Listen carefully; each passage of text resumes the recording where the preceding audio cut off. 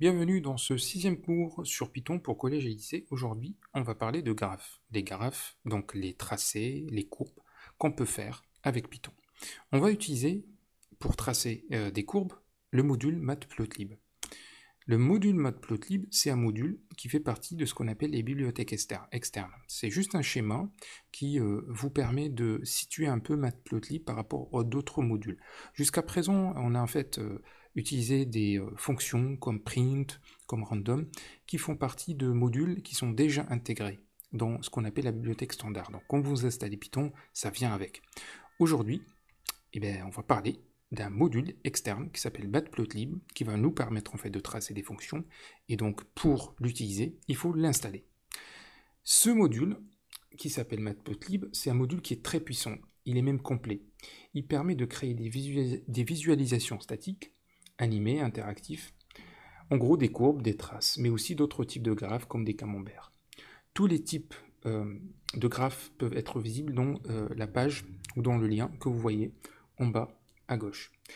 Nous allons ici nous intéresser à quelques exemples d'utilisation comme le tracé de représentation graphique, de fonctions ou de séries statistiques. Tout d'abord, comme je viens de le dire, pour utiliser le module, il faut l'installer. C'est ce qu'on va voir tout de suite. Pour installer Matplotlib, il suffit d'aller sur le menu en haut, cliquer sur Picharm, Préférences, et puis aller sous Projet avec le nom de votre projet. Donc là, je clique, je déplie et je vais sur Python Interpréteur ou Interpréteur Python en français. Ici, j'ai tous les packages ou tous les modules qui sont déjà installés ou préinstallés dans mon projet. Pour installer du coup Matplotlib, je vais sur le plus, je clique et je cherche Matplotlib. Ici, j'ai mon module. Je clique sur le bouton installer et mon module prend un petit peu de temps pour s'installer. Une fois installé, j'aurai un message de confirmation qui va me dire que le module est bien installé. Une fois installé, je m'assure que j'ai bien le module parmi toutes les listes ici. Je fais OK.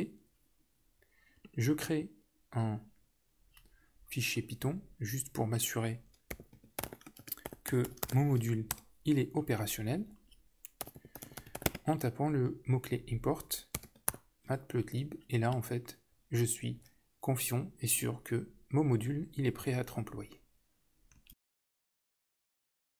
Maintenant qu'on peut travailler avec le module Matplotlib, on va essayer de faire quelque chose de concret, genre par exemple un graphique. Allez, donc on a dit que pour importer un module, il suffit juste de taper comme ça, import, le mot-clé import, matplotlib, ça c'est le nom du module. Mais nous en fait, on ne va pas importer tout le module parce que le module, il est vraiment très gros. On a besoin juste d'un sous-module pour répondre à nos besoins en termes de graphique. Ce sous-module, il s'appelle pyplot. J'importe donc du coup le sous-module pyplot du module matplotlib. Le module pyplot, ou le sous-module pyplot, c'est un des principaux sous-modules dans le module matplotlib. Il regroupe un grand nombre de fonctions qui servent à créer des graphiques et de les personnaliser. On travaille sur les axes, le type de graphique, la forme et même rajouter du texte au niveau du graphique. Avec ce sous-module, on peut vraiment faire plein de choses. C'est ce qu'on va voir en fait un peu plus loin. Donc, importer, pyplot, et là je dis as plt. Ce mot-clé plt, c'est juste un nom de variable. Donc au lieu de toujours taper matplotlib.pyplot et puis se servir de tout ça pour en fait effectuer nos commandes, on va résumer ça en ça. C'est tout. Donc on peut aussi faire graph ou le nommer ce qu'on veut. Hein. On n'est pas forcément en fait obligé de le nommer plt. Donc une fois on a cette déclaration faite, maintenant on va demander à Python de nous tracer une fonction. Donc cette fonction, il va prendre des x et des y.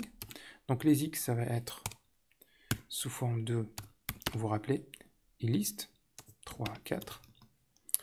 Et les y, donc ça va être 2, 1, 6. Donc plt plot. Trace-moi une fonction qui lie ces abscisses à ces ordonnées.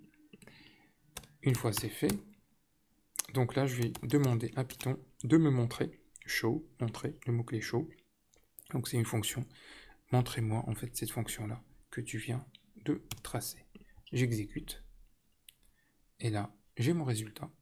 Donc on relie les abscisses 1, 3, 4 aux ordonnées 2, 1 et 6. C'est tout, c'est aussi simple que ça. Les abscisses et les ordonnées peuvent aussi contenir d'autres types de variables.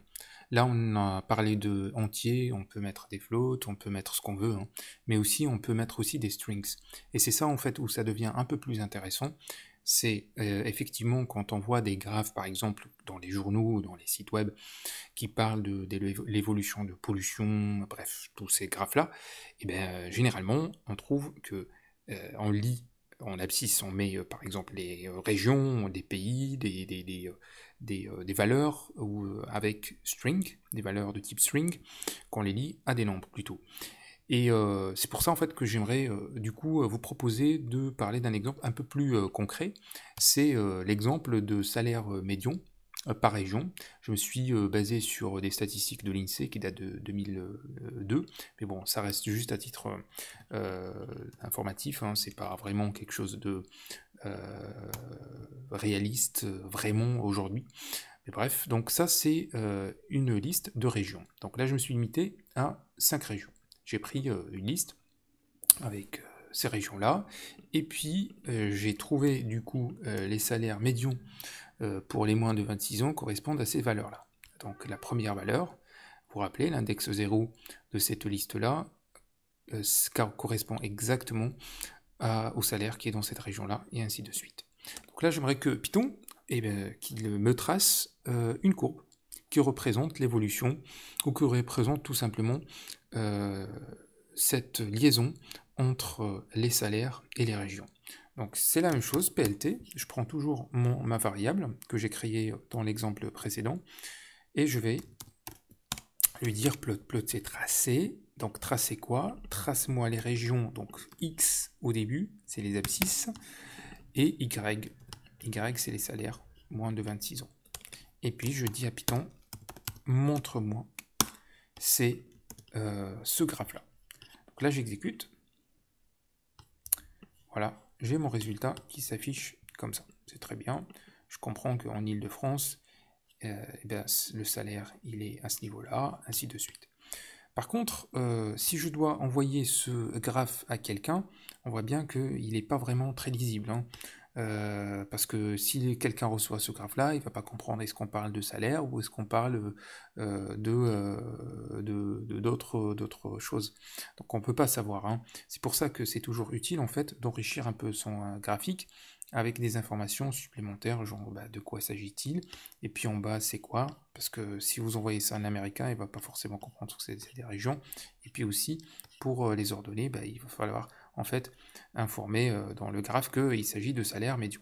Pour ce faire, c'est simple, en fait c'est d'autres fonctions qui sont supportées par Pyplot, qui permettent d'effectuer cela. Donc je prends PLT, toujours ma variable, et je dis xlabel. Donc xlabel, ça veut dire rajoute-moi un label aux x. Donc là, ça va être région. Et puis, la même chose, y, label.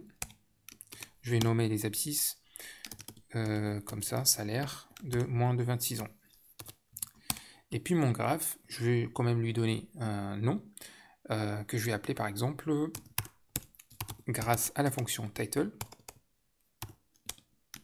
Titre, title, salaire médian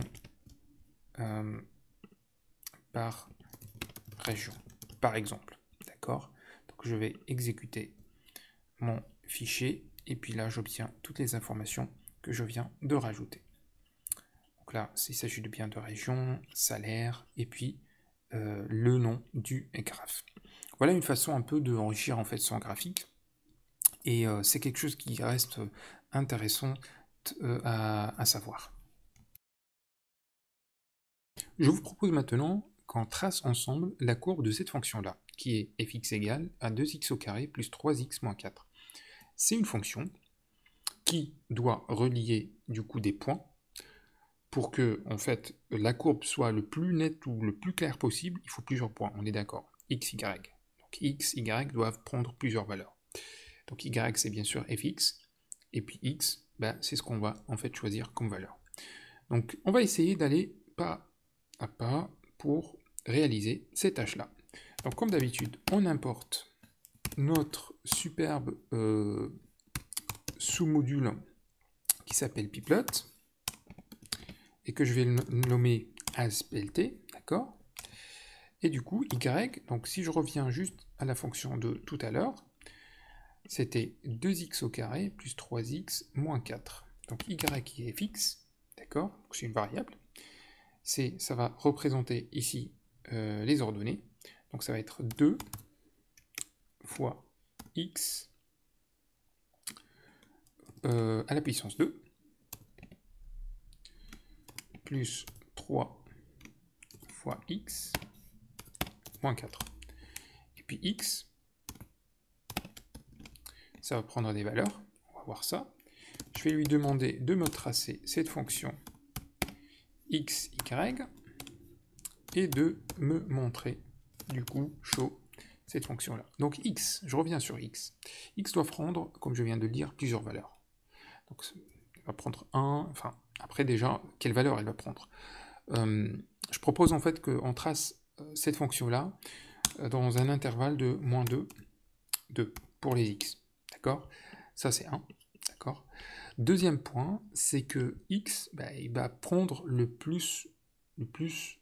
maximum possible de nombres entre cet intervalle-là de moins 2 à 2. Je ne vais pas m'amuser, rassurez-vous, en fait, à le faire moi-même à la main. Sinon, je vais me retrouver avec 10 000 lignes, et puis mon programme, ça va être juste pourri. C'est tout simplement ça.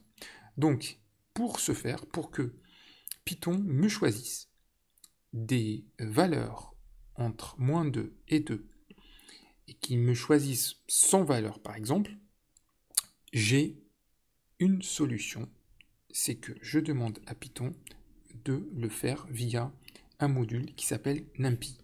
Ce module, il est forcément déjà installé. Quand vous avez installé Matplotlib, le module NumPy, il était déjà installé. Donc, même chose, je vais l'importer. Donc, je l'appelle import NumPy as np. Et puis x va prendre ce qu'on appelle une fonction qui s'appelle linspace ou linspace. Donc linspace, en fait, je lui donne le début de mon intervalle, c'est moins 2, vers où il va. La fin de l'intervalle, c'est 2, et puis le pas. Enfin, le pas, pardon, c'est pas le pas, c'est le nombre total de points ou de valeurs qu'il doit prendre entre moins 2 et 2. Déjà, on va voir, je vais juste commenter cette ligne-là. On va voir ensemble, en fait, la valeur donnée par linspace à x. Je exécute mon programme et vous voyez là, ici, il y a 100 valeurs de moins 2 à 2. Si je mets 1000 ici, j'aurai 1000 valeurs. Et ainsi de suite. Si je mets 10, j'aurai ces valeurs-là. Donc tout simplement, c'est une fonction qui est extrêmement utile, elle est très utilisée dans les maths, et qui nous permet en fait de nous soulager au lieu de d'écrire en fait les valeurs de x à la main, sinon on va se retrouver, comme je viens de le dire, avec des milliers et des milliers de lignes. Alors je reviens sur mon programme, donc j'enlève le print, donc y, d'accord, qui est la valeur, c'est fx, f de x, c'est l'ordonnée, y égale à 2x 2 fois x à la puissance 2 plus 3x moins 4, donc ça c'est ma fonction pour laquelle je veux tracer une courbe, d'accord, donc je la mets ici, et puis là en fait je lui dis trace-moi x, y. Allez, on va voir qu'est-ce que ça donne. Voilà, comme vous voyez ici en fait ça donne la courbe de cette fonction là. Comme vous voyez en fait elle est un peu graduée, parce que tout simplement j'ai laissé la valeur à 10, là je vais mettre 100, vous allez voir en fait la différence. Je vais réexécuter. Pardon. Voilà. Donc en fait, la courbe, elle est plus lisse, elle est géniale. Elle est tout simplement la représentation de cette fonction-là qu'on vient de voir. Donc, notez bien, NumPy, elle sert à nous donner un support extrêmement important dans le traçage de nos fonctions. Ici, dans cette fonction, donc dernier exemple qu'on a fait, les axes du repère, ils étaient déjà préconfigurés. On n'a pas agi sur, on n'a pas changé les valeurs, on n'a aucune main dessus. Ça, c'est vraiment Python qui gère ça, et ça vient comme ça. Mais parfois, en fait, ce choix-là, il est vraiment pas pertinent. Il faudra donc modifier effectivement les valeurs de l'axe pour en fait s'aligner avec nos propres besoins. Pour ce faire, c'est simple. Il suffit juste en fait de choisir quelle valeur on veut grâce à la fonction axis. Donc la fonction axis, vous allez voir, elle est juste une fonction de Matplotlib qui prend plusieurs valeurs. Ici, on voit pas vraiment toutes les... Voilà, c'est là. Ici, en fait, ce qu'on va utiliser, c'est cette liste-là. Xmin, Xmax, Ymin, Ymax. C'est très simple à comprendre. Xmin, c'est le minimum des X, maximum des abscisses, minimum des ordonnées, maximum des ordonnées. Donc ça doit être fait dans une liste d'entiers. Donc c'est ce que je vais faire. Je vais par exemple choisir moins 10 pour le minimum des X, et pour le maximum, je vais choisir 20. Et je vais choisir moins x pour moins 10 pardon, pour les minimum des y, et le maximum, je vais prendre 30 par exemple, d'accord? Vous allez voir, en fait, la courbe ne va pas être la même. Donc là, j'arrête mon programme, et je le réexécute, et voilà, vous voyez, en fait, ça donne cette représentation-là. Donc c'est tout simplement pour montrer, en fait, l'impact de cette fonction axis qui vient avec notre module ou sous-module Pyplot, et qui nous permet en fait d'agir comme on veut sur le repère. C'est un moyen en fait d'agir sur le repère. Il y a une autre fonction aussi qui permet de tracer un quadrillage. C'est la fonction grid. Donc plt grid. Donc si je dis à Python plt.grid, vous allez voir, il va rajouter une sorte de quadrillage qui parfois elle est utile dans les graphes. Voilà, donc là on a une représentation de cette façon-là. Supposons qu'on veuille tracer des fonctions faisant intervenir autre chose que les opérations qu'on a vues, plus, moins, fois, division, et comme par exemple des cosinus, sinus, exponentiels, logarithmes. Dans ce cas, on ne peut pas faire exactement comme dans l'exemple précédent, dans cet exemple-là. Ça va être un petit peu plus différent, mais pas forcément plus compliqué, parce que Python, c'est tout simplement un langage qui est simple, et il nous offre toutes les fonctionnalités auxquelles on a besoin pour réaliser toutes nos tâches. Donc, la fonction dont je fais référence, ça va être quelque chose comme ça. Cosinus de x, ça c'est juste un exemple, plus, allez, 3 sinus de 2x, et je veux en fait que Python, ou plutôt Matplotlib, ou plutôt Pyplot, pour être plus précis, me trace en fait une courbe de cette fonction-là, pour un intervalle de moins 4, 4, d'accord? C'est ce que je veux. Ok, je mets ça juste en commentaire. Je le mets tout en haut du fichier, comme ça on n'oublie pas la fonction qu'on veut, pour laquelle on veut tracer la courbe. Donc pour faire ça, c'est vraiment très simple. D'abord, x, on choisit x comme tout à l'heure, donc ça va être np.linespace, de moins 4 à 4, je vais prendre 100 points, d'accord, répartis donc de moins 4 à 4, x va prendre des valeurs réparties d'une façon régulière, et va prendre son valeur du coup, d'accord, y, ça va être du coup cosinus de x, plus, ne vous inquiétez pas pour le rouge, on va y revenir, 3 fois sinus de 2 fois x, c'est tout, d'accord? Donc c'est ça en fait ce que je veux, soit vous mettez espace, soit vous mettez pas espace, ça veut rien, ça c'est juste pour question de lisibilité, donc ça c'est mon y. Maintenant cosinus, il n'est pas reconnu par Python, tout simplement parce que j'ai pas importé le module qu'il faut pour du coup utiliser cosinus. Donc là je vais importer je vais importer tous les modules de maths. Voilà, donc là, en fait, mon problème il est résolu. Vous voyez ici, en fait, j'ai fait from math import all, et là, je dis import quelque chose. C'est vraiment une syntaxe qui est différente, mais ça veut dire la même chose. Si je reviens par exemple sur import matplotlib, c'est juste entre parenthèses, hein, ça n'a rien à voir avec l'exercice qu'on fait maintenant, c'est juste pour vous donner en fait une idée sur si jamais en fait vous rencontrez cette façon de représentation différente dans d'autres exercices, sachez que c'est exactement la même chose. Si je dois faire from matplotlib import pplot as plt, et bien ça, c'est la même chose que ça. Et mon programme ne change pas du tout, d'accord?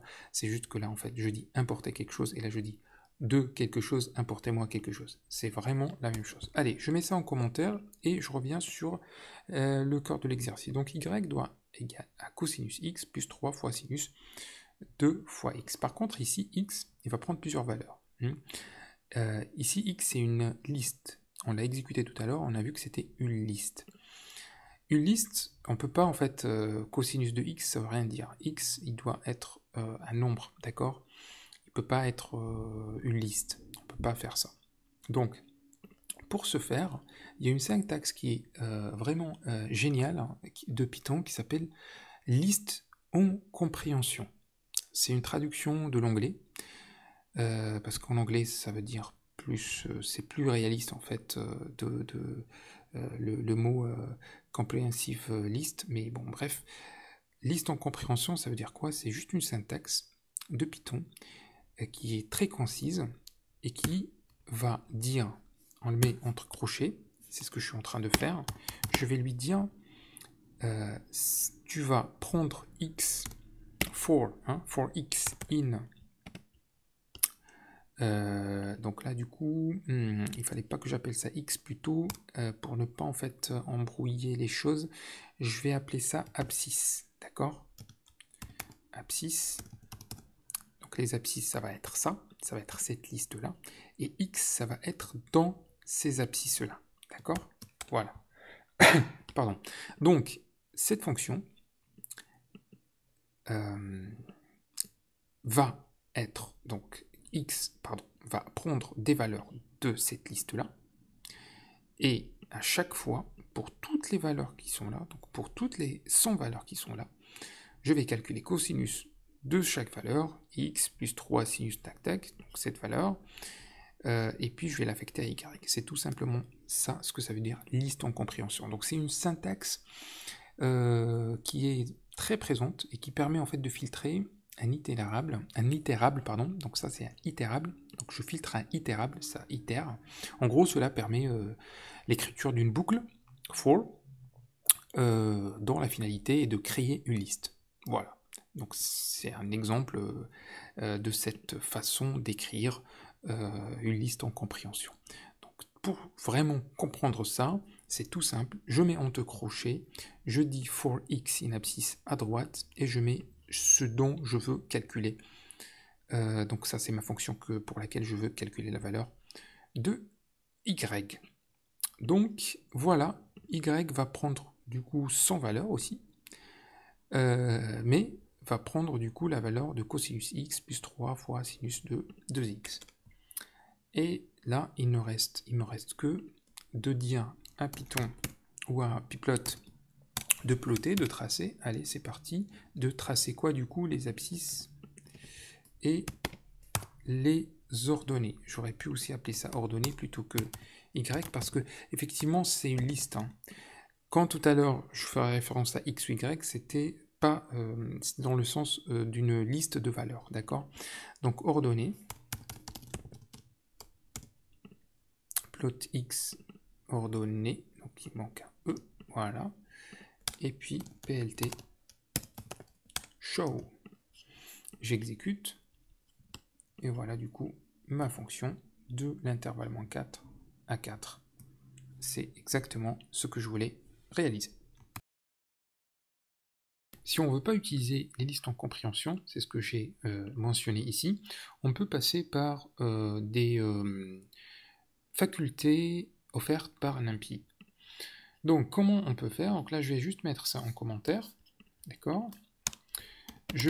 Là, je vais pas, donc x, ça va être une liste, mais je vais je vais renommer en fait ma variable en x, vous allez savoir pourquoi, dans quelques petites secondes, et y, du coup, ça va remplacer ordonnée. Donc au lieu de faire y entre crochets dans une syntaxe parfois pas très compréhensible, surtout pour les débutants, on peut tout simplement faire np.cosinus. Donc là, j'utilise en fait le cosinus offert par NumPy, d'accord? Par le module NumPy. Donc ça va être cosinus de x, ce x là, plus, même chose, 3 fois np, sinus de 2x. Et du coup ici, NumPy sait que en fait, il doit itérer toutes les valeurs qui sont dans cette liste-là, de x. Il doit aller de moins 4 jusqu'à 4 et itérer pour 100 valeurs. C'est ça en fait la force de NumPy. Donc là, tout simplement, je vais lui dire trace-moi x, y. Je vais exécuter. J'arrête juste mon programme précédent, j'exécute, et voilà, j'ai exactement le même résultat. Donc c'était juste une façon pour vous montrer que soit on passe par les listes en compréhension, ce qui est tout à fait aussi correct et une belle façon en fait de programmer, ou bien on utilise cette représentation-là qui est, c'est vrai, plus réaliste et plus proche en fait de ce qu'on fait habituellement dans nos exercices. Le sous-module Pyplot permet aussi d'offrir la fonctionnalité de traçage de plusieurs fonctions. On peut tracer vraiment autant de fonctions qu'on veut sur un repère, comme dans la vie réelle. Pour ce faire, donc, il faut d'abord importer les deux lignes. Pour l'instant, enfin, pour le moment, en fait, on est maintenant, ça y est, habitué. Hein, je pense qu'il faut toujours se mettre en tête, il faut importer Pyplot et NumPy. Et les deux fonctions que je veux tracer, c'est les suivantes. Donc il y aura une fonction qui s'appelle y-2 fois x plus 3.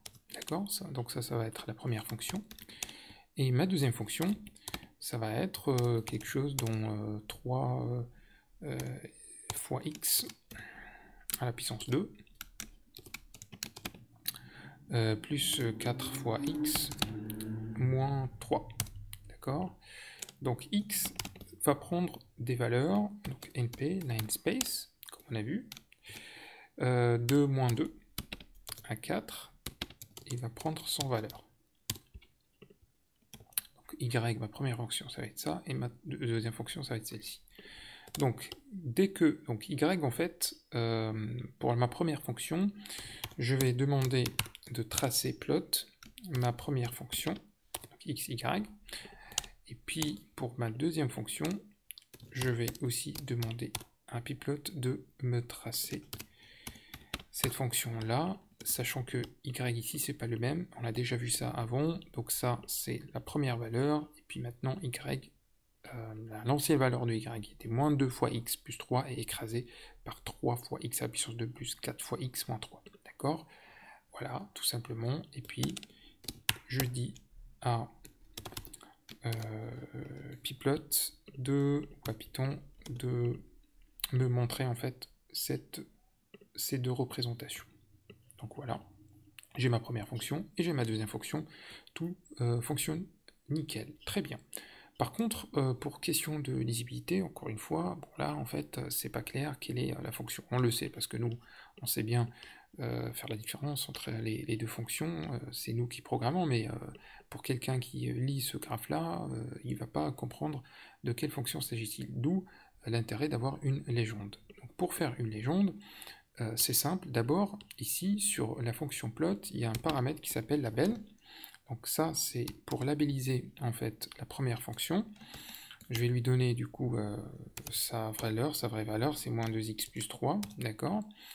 Pour la deuxième fonction, donc ça va être label, et ça va être 3x à la puissance 2 plus 4x moins 3, voilà. Et puis pour dire à Python, ou à Pyplot plutôt, je me trompe toujours, de tracer en fait les deux fonctions avec leur label, il suffit juste d'appeler la fonction légende. C'est aussi simple que ça. J'exécute du coup, et là, effectivement, Pyplot me trace les deux fonctions avec leur légende. Derrière, en fait, la couleur, comme vous voyez, elle est choisie par défaut par Pyplot. Mais je peux aussi agir sur la couleur, je peux aussi agir sur le type de ligne qui est tracé là. C'est ce que je vais faire tout simplement maintenant. Donc pour la première fonction, je veux que en fait la couleur, donc il y a un autre attribut qui s'appelle color, je veux que la couleur soit rouge, donc c'est red, d'accord. Et puis pour le deuxième, je veux que la couleur, alors c'est là où je vais aller sur le site, je vais vous donner en fait après ce lien là qui va vous donner en fait toutes les valeurs possibles pour qui sont supportées par la fonction plot. Et là en fait donc blue c'est B, red c'est R, voilà, c'est tout simplement ça. Donc en fait je vais choisir la couleur bleue pour la deuxième fonction et je vais réexécuter du coup ma fonction. Voilà, donc c'est rouge et c'est bleu. Je peux aussi agir sur d'autres paramètres, par exemple le style de la ligne, donc ça s'appelle line style. Je peux par exemple pour la première fonction choisir, ou plutôt la deuxième. La première fonction, je vais laisser en fait line style comme il est actuellement, le style de ligne. Pour la deuxième, je peux faire quelque chose comme ça. Pardon, comme ça. Encore une fois, toutes ces valeurs-là, vous allez les trouver dans le lien de la documentation de Pyplot. Et je vais aussi en fait choisir un marqueur qui va être de type point. Vous allez voir en fait qu'est-ce que ça veut dire. Donc le marqueur, ça va être quelque chose comme ça, donc c'est des points. Puis on voit pas en fait vraiment le style, on le voit en fait dans la ligne ici, dans la légende pardon, mais on le voit pas en réalité sur le tracé de la fonction. Pour le voir, il suffit juste en fait de diminuer le nombre de points pour les X, et là en fait tout simplement on va voir ça de plus clair. Voilà, donc ça c'est les marqueurs pour chaque point, marqueur de points, et puis le style de la ligne. Je peux agir aussi sur ça, comme vous le voyez, c'est très très simple à faire. Encore une fois, toutes ces valeurs là, vous pouvez les trouver ici, même pour les lignes. Donc soit on peut faire solid line, donc c'est une ligne solide, soit c'est des tirets comme ça, soit c'est des 2 points, soit c'est des points, voilà. Il y a plusieurs valeurs sur lesquelles vous pouvez agir. Même pour les couleurs, vous n'êtes pas limité que à ces couleurs-là. Vous pouvez aussi en fait agir sur ce qu'on appelle les valeurs hexadécimales. Donc c'est des valeurs en fait qui commencent par dash. On peut faire un cours rien que pour ça plus tard, mais en fait les valeurs hexadécimales, vous pouvez les trouver juste en googlant ça, vous faites couleur hexadécimale en fait, et vous pouvez choisir les couleurs qui vous faut, et après la valeur, vous pouvez la mettre juste ici. Par exemple là, je vais choisir pour cette valeur bleue, je vais choisir cette couleur là. Par exemple D3, D3, D3. On va voir qu'est-ce que ça donne. Voilà, ça me donne un gris un peu clair. Maintenant, je vais tracer plusieurs tracés de fonctions, mais pour la même fonction. Pour cela, je vais choisir une fonction classique qui est y égale cosinus de n fois x. Pardon. Voilà, donc ça va être ça. Pour une valeur de x allant de moins pi à pi, donc ça va être x. Et pour n, on va la tracer pour 4 valeurs, d'accord. Une tracée pour n égale 1, un tracé pour n égale 1, un tracé pour n égale 2, un tracé pour n égale 3 et un tracé pour n égale à 4. Allez, on va faire ça. Comment on pourrait réaliser ça? Du coup, on a dit que x c'est entre moins pi et pi, donc là je vais utiliser ma méthode ou ma fonction magique qui est linspace. np qui est numpy, le module numpy me donne en fait accès à pi. C'est simple, donc je vais prendre np et faire pi comme ça, et là j'ai la valeur de pi. Donc c'est de moins np, de moins pi à pi. Je vais prendre 100 valeurs pour x. Alors n, ça va de 1 jusqu'à 4. Donc on va faire une boucle, n in range, de 1 à 5 cette fois, parce que 5 c'est pas inclus, donc 1, 2, 3, 4, ça s'arrête à 4. Et y va recevoir la valeur cosinus, donc je vais utiliser le module numpy pour le cosinus de n fois x. Voilà. Et puis, pour chaque fois, en fait, pour chaque valeur de n, je trace ma fonction. Donc, plot, trace de x, y. Et là, je vais donner un label qui va être dynamique. On est d'accord? Parce que le label, en fait, ça va être quelque chose de fonction avec... Plutôt, on va juste mettre n égale. Et donc là, je vais concaténer ça avec string n. Pourquoi string n? Parce que n, c'est un entier. Là, je le convertis en caractère, en chaîne de caractères. Et puis, pour chaque tracé, j'aurai une légende, donc le label, pour ce tracé-là, avec un label qui est dynamique, ou avec une valeur qui est dynamique. Donc ça va être n égale 1, n égale 2, n égale 3, n égale 4. Voilà, c'est bon. J'oublie pas du coup d'appeler légende, sinon le label ne va pas être affiché. Et après, je vais mettre plot ou plt show. Voilà, donc ça c'est ma fonction. Je vais juste en fait être sûr que tout est plutôt correct. Donc x, elle prend 100 valeurs entre moins pi et pi. N, c'est de 1 à 4. Y égale np cosinus de n fois x. Voilà, c'est la fonction que je veux tracer. Je vais la tracer en fait pour 4 valeurs. Donc n égale 1, 2, 3, 4. J'active la légende et puis je montre ma fonction. Voilà donc ma fonction avec des couleurs différentes. Bien sûr, comme on a vu dans l'exemple précédent, on peut jouer sur les couleurs comme on veut. Et puis la légende, on voit bien en fait que ici, la valeur elle est dynamique. Parce que tout simplement, il prend 1, 2, 3, 4. En fait, là, je vois bien que la légende, elle est vraiment pas bien positionnée. Elle est vraiment au milieu, donc ça empêche un peu la lisibilité des tracés. Donc pour en fait jouer sur la position de la légende, on peut faire ça grâce en fait à l'attribut lock. Et là, je dis lower right. Encore une fois, tout ça, vous allez trouver dans la documentation que je vais mettre en bas de la vidéo. Et là, je vais encore réexécuter. Effectivement, donc là, j'ai ma légende qui est en bas à droite. Donc, c'est plutôt plus lisible. Voilà en fait comment on peut tracer, pour faire des tracés pour la même fonction, mais pour des valeurs différentes. Alors, comme on l'a déjà introduit, on peut tracer assez facilement à partir de séries statistiques des diagrammes en bâtons et des histogrammes. Voici un exemple de chaque. On va commencer par parler des bâtons. Alors, on va utiliser pour ça la fonction bar. Donc, comme d'habitude, les deux lignes, numpy et pplot, quel que soit l'ordre. Bon, là, je les ai inversés. C'est juste pour montrer que ça n'a aucune incidence. Et là, en fait, ce que je vais faire, c'est relier des valeurs avec des valeurs, et puis les tracer dans des bâtons. Donc là, x, la liste x va prendre par exemple, donc là je vais prendre des valeurs 5, 4, 7, voilà.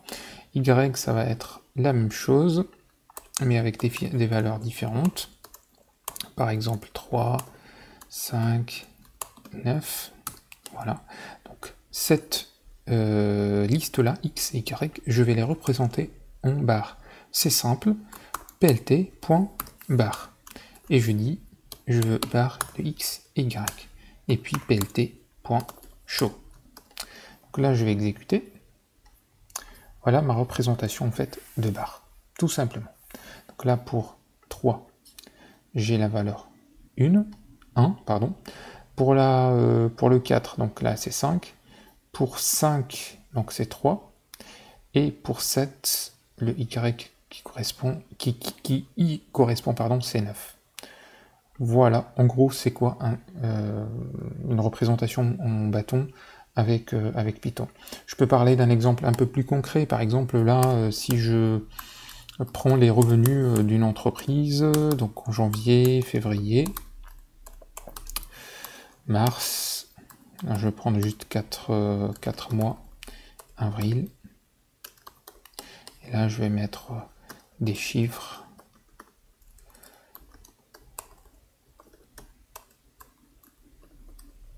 Voilà, c'est juste n'importe quoi comme chiffre. Là je vais exécuter, du coup, ça me donne une représentation de cette façon-là. Donc ça, c'est juste un exemple un peu plus concret et proche de la réalité. C'est tout ce qu'il faut savoir sur les barres. Alors, l'histogramme, c'est quoi d'abord un histogramme? Un histogramme, c'est une distribution de fréquences. On le représente avec des barres. On vient de voir les barres, et donc c'est sa représentation. Mais il ne faut pas confondre histogramme avec barre. C'est complètement deux choses différentes. Sa représentation, certes, elle est en barre, mais sa signification, son interprétation comme graphe, c'est pas la même chose que barre. Parce que ici, on lit des intervalles avec des valeurs, comme le montre l'exemple qui est devant vous. Donc c'est un exemple que j'ai trouvé sur internet, qui donc montre à travers des classes. Donc on a ici des classes de points, c'est le système américain. Peu importe, le plus important c'est de comprendre un peu le concept de ce que c'est un histogramme. Et là par exemple, si je dis entre 20 et 30, donc le nombre d'étudiants, students, qui ont eu des notes ou des points entre 20 et 30 sont, donc c'est à peu près ici, on va dire 23, 22, 23. Donc 23 étudiants. Donc ces 23 étudiants dont ces 23 étudiants, on estime, on a le nombre de points qui varie entre 20 et 30. Entre 50 et 60, donc si par exemple j'ai, moi étudiant, 55 points, je sais que je fais partie des 55 étudiants qui ont eu entre 50 et 60, parce que j'ai 55 tout simplement. Donc en fait, vous voyez ici, on lit des barres. En langage statistique et même informatique, ces intervalles-là, vous voyez, ils ont la même largeur, donc c'est 10, et on les appelle des bins. Donc c'est une sorte de bac, voilà, en gros. Donc c'est un bac de valeurs, c'est des bins de valeurs que on choisit. Donc c'est une classification, c'est par classe de 10. On peut aussi jouer sur la classification autant qu'on veut, comme on veut, quel que soit l'outil qu'on utilise. Là, par exemple, ici, c'est un outil Excel qui a généré ce graphe-là. Nous, on se concentre uniquement sur la partie Matplotlib. Donc là, on va voir comment on peut mettre en place un graphe pareil sur Python. Maintenant qu'on a compris l'utilité d'un histogramme, voyons comment Python peut créer un histogramme. Pour ce faire, j'ai choisi cet exemple-là. C'est une liste d'entiers qui est aléatoire, rien de spécifique. Donc le but vraiment, c'est que Python me crée un histogramme en se basant sur cette liste-là. Donc le but derrière, c'est quoi? C'est tout simplement avoir une idée par classe, donc des nombres entre x et y. Par exemple, je veux qui me disent entre 3, parce que 3 c'est le minimum ici, et entre 31, combien j'ai de nombres, la fréquence, d'accord, la quantité de ces nombres-là, combien j'en ai. Et puis de 32 à 49, combien j'en ai, la fréquence. C'est ça en fait le but d'un histogramme, encore une fois. Donc pour ce faire, comme je viens de le dire, c'est très simple. Je vais d'abord appeler ma variable plt et appeler la fonction hist. Hist c'est pour histogramme. Je donne comme paramètre x, donc ma liste entière, et après je demande à Python de me montrer le graphe. C'est exactement donc ces 3 lignes qui permettent d'avoir un histogramme. Je vais exécuter, je vais juste arrêter mon programme parce que j'ai lancé mon programme tout à l'heure, voilà, et voilà le résultat que j'ai. Donc, qu'est-ce que je peux comprendre de ça? Bon, c'est pas vraiment clair la répartition, on va dire, ou la séparation entre les différents barres que je vois ici. Je vais voir cet exemple, enfin, je vais revoir ce point-là juste dans quelques instants. Le but pour moi, d'abord, c'est de comprendre un peu qu'est-ce qu'il vient de me donner comme représentation graphique Python. Ici, j'ai 3. Donc, de 3 à peu près combien 12. Donc, de 3 à 12. Je sais ça parce que, en fait, vous voyez, les chiffres, ils changent. Donc là, c'est 3. Voilà, c'est 3. Entre 3 et 12, il me dit que j'ai 6. 6 nombres. C'est ce que je vais voir. Bon, là, je peux pas le savoir parce que c'est vraiment pas clair pour moi comment je peux les classifier, cette liste-là, mais j'ai une solution. Je vais appeler une fonction qui s'appelle sort, d'accord? Et je vais tout simplement afficher x. Donc sort, en fait, elle permet juste de trier du plus petit au plus grand. C'est juste pour moi, en fait, de comprendre un peu comment Python, derrière, il a classifié les nombres. Le plus simple possible serait effectivement d'avoir du plus petit au plus grand. Comme ça, en fait, je peux m'aligner avec le graphe que je viens de voir. Alors, je vais exécuter mon programme. Là, voilà, j'ai ma fonction. Mon résultat. Donc, c'est la même liste, hein, la même liste de nombres. C'est juste que les nombres ici, ils sont classés du plus petit au plus grand. Et je reviens un peu sur mon graphe. Donc, qu'est-ce que je disais? C'est entre 3 et 12. Donc 12, il n'est pas là. Je m'arrête du coup à 10. Donc 1, 2, 3, 4, 5, 6. Ça veut dire quoi? Ça veut dire que j'ai 6 nombres. Vous voyez ici, de 3 à 10, 3, 5, 6. Donc j'ai 6 nombres entre 3 et 12,5. C'est exactement l'utilité d'avoir un histogramme. Donc il a classé, il a en fait créé un intervalle où il a créé une classe de 3, 5, 6, 8, 9, 10, d'accord? Et en fait, il lui a affecté la valeur y égale à 6. Donc c'est ça la fréquence. Et puis après, la même chose pour le reste. Donc en gros, c'est exactement ce que je m'attendais de Python qui m'exécute pour avoir ce résultat-là. Maintenant, je reviens sur mon exemple, et je disais en fait tout à l'heure que la séparation n'est pas claire. Pour ce faire, il faut juste que je joue sur un paramètre qui s'appelle edge, pour dire contour, color. Encore une fois, tous les paramètres, toutes les valeurs, vous pouvez les voir plus tard, mais pour un niveau collège-lycée, vous pouvez vraiment vous arrêter aux exemples que je donne ici, ou dans ces vidéos-là, vous pouvez vraiment aller plus loin quand en fait vous allez passer à un autre niveau de programmation, mais pour l'instant, c'est tout ce dont vous avez besoin comme paramètre. Donc je reviens sur edge color, j'enlève print x et je le mets en commentaire et sort, j'en ai plus besoin, et j'exécute mon programme. Voilà, donc là j'ai la séparation, et puis je comprends que en fait ici Python il m'a déjà donné des intervalles qu'on voyait ici, donc 1, 2, 3, 4, 5, 6, 7, 8, 9, 10. Il m'a donné 10 intervalles de largeur bien sûr équivalente, parce que tout simplement j'ai pas spécifié combien d'intervalles il me faut. Donc encore une fois je rappelle, ça s'appelle des beans dans le langage statistique ou informatique, donc cet intervalle là s'appelle des beans. Il a, ou des bacs, c'est des largeurs effectivement, comme je viens de le dire, équivalentes, mais je peux jouer sur ce paramètre là. 10 c'est la valeur par défaut qui est retournée par Python. Donc pour en fait dire à Python ou à dire à Pyplot, pour être plus précis, combien d'intervalles j'en aurais besoin, là je peux soit mettre un chiffre, donc là si je mets par exemple 4, donc ça veut dire que en fait le nombre d'intervalles ça va être 4, d'accord? Le 4, le chiffre, ou le nombre pardon, doit être immédiatement mis après avoir après la liste. Sinon, c'est pas considéré comme beans, comme le paramètre beans. Sinon, je peux spécifier tout simplement le nom. Voilà, en mettant beans égale 4, comme ça je suis sûr en fait que la fonction ist va comprendre que ce nombre 4, c'est vraiment les beans. Mais encore une fois, je suis pas obligé, je peux juste mettre x,4 ou x, n'importe quel nombre. Donc là, je vais réexécuter mon programme. Et puis je vois bien qu'ici, en fait, il l'a séparé en 4 intervalles. Voilà, donc là, la classification, elle n'est plus la même. Donc là, on part de 3 jusqu'à 27, et ainsi de suite. Je peux juste faire une petite vérification pour un peu mieux comprendre l'exemple.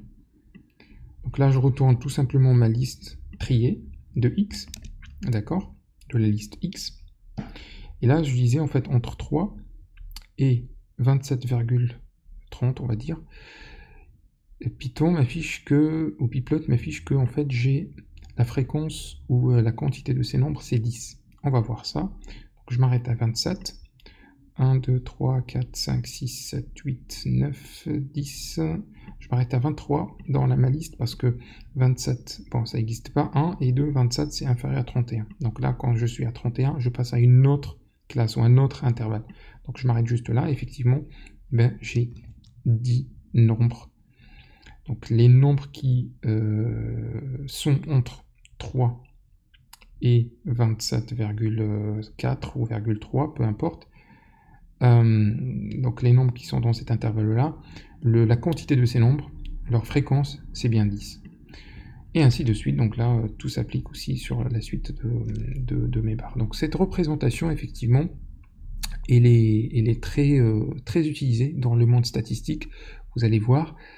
Elle peut aussi être tracée par des outils Excel, par exemple, il trace ça très bien. Vous n'êtes pas obligé de le programmer, mais encore une fois, ça c'est une façon en fait de comprendre derrière comment on peut la programmer d'une façon plus facile.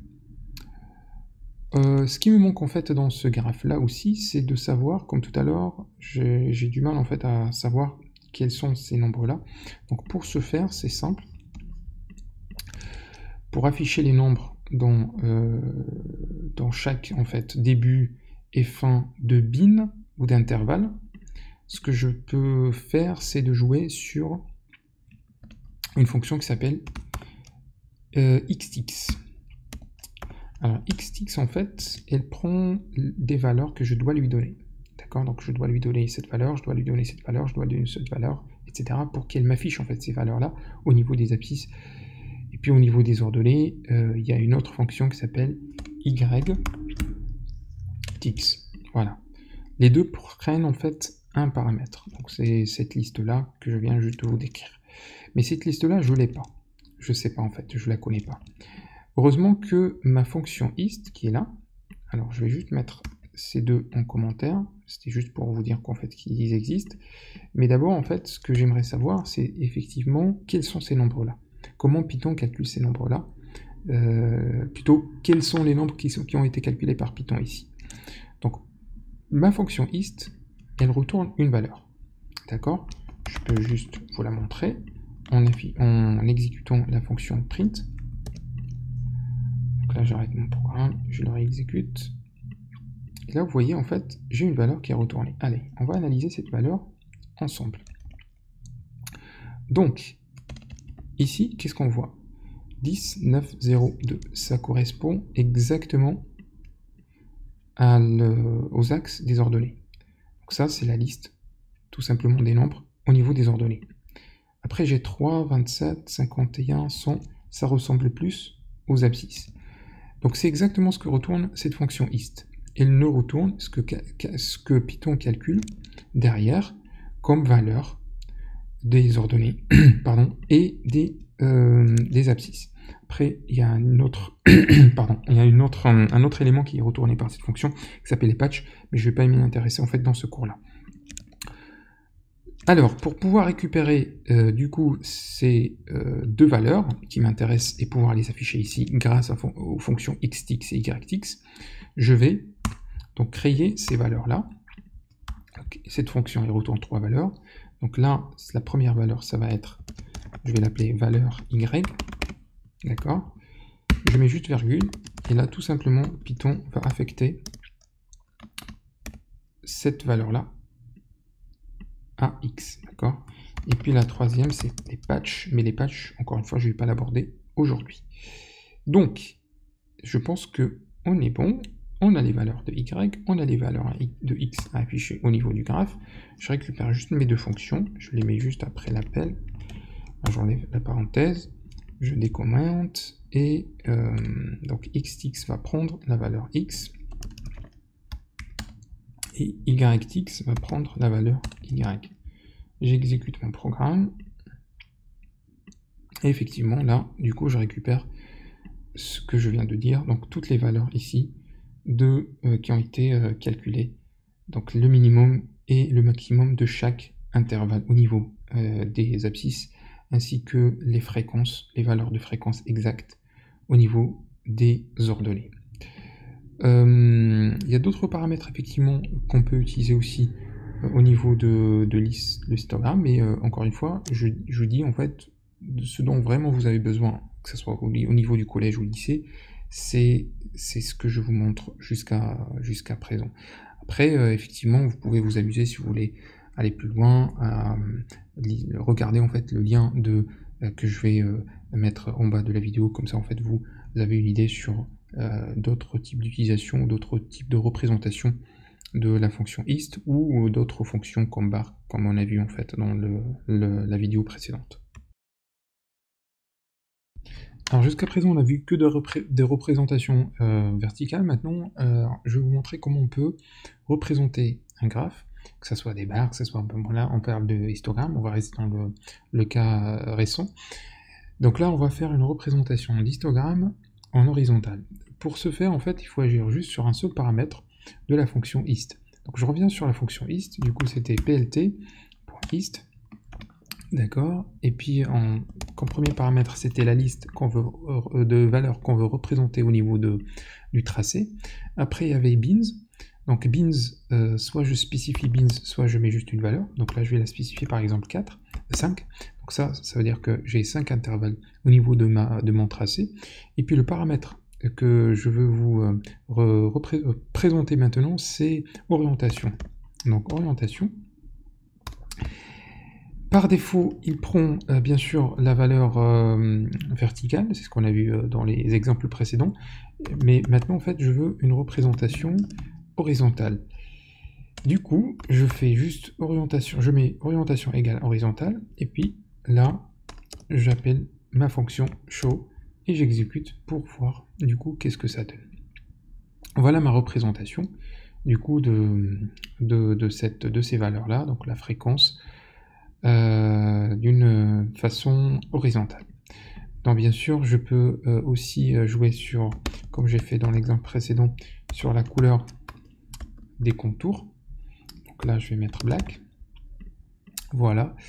Je peux aussi, donc pour avoir des paramètres un peu plus clair en niveau de représentation, il suffit juste de mettre un paramètre par ligne. C'est une recommandation en fait d'un code plus lisible, on va dire.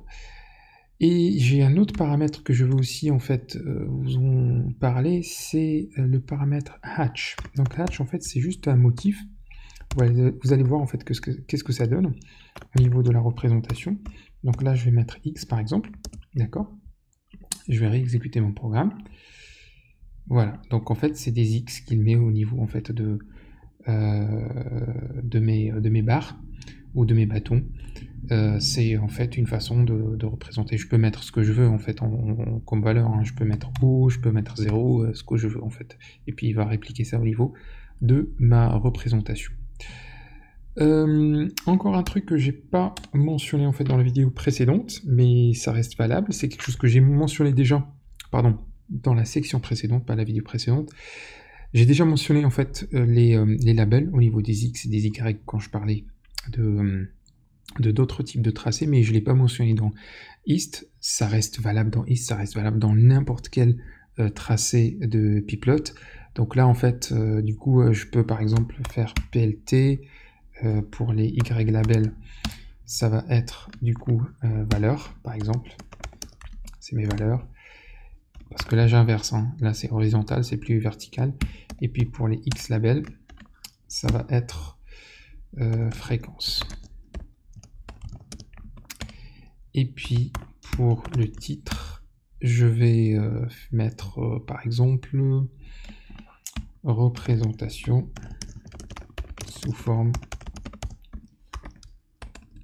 d'histogramme. Voilà, je vais mettre plutôt des guillemets au lieu de code, comme ça j'évite justement cette apostrophe. Et puis avant d'appeler la fonction show, en fait j'appelle la fonction légende pour appeler de légende. J'exécute mon programme. Puis voilà. Donc ça, c'est les valeurs, effectivement. Et ça, c'est les fréquences. Donc, au niveau des... comme je viens de dire, au niveau des X, en fait, là, on inverse les rôles. Hein, c'est des X. Donc là, c'est les X. Tout à l'heure, en fait, les fréquences étaient plutôt dans les ordonnées. Maintenant, les fréquences, ils prennent la place des abscisses. C'est pour ça que j'ai inversé ici les labels. Et puis, j'ai mon titre et tout est propre, tout est lisible. Il est tout à fait possible, comme on l'a déjà vu, d'avoir sur un même graphe 2, 3, plusieurs fonctions qui sont représentées. Donc là, en fait, au niveau des histogrammes, c'est exactement la même chose. Je vais vous montrer comment on peut avoir deux histogrammes qui existent sur un même tracé ou un même graphe. Donc pour ce faire, c'est simple. Donc là, je vais prendre juste deux listes. Voilà, la première liste, c'est celle-ci, la deuxième liste, c'est celle-ci, et je vais essayer de tracer des histogrammes pour ces deux listes dans un même graphe. Toujours la même chose, plt hist, d'accord, j'ouvre ma parenthèse, donc là je veux tracer les deux.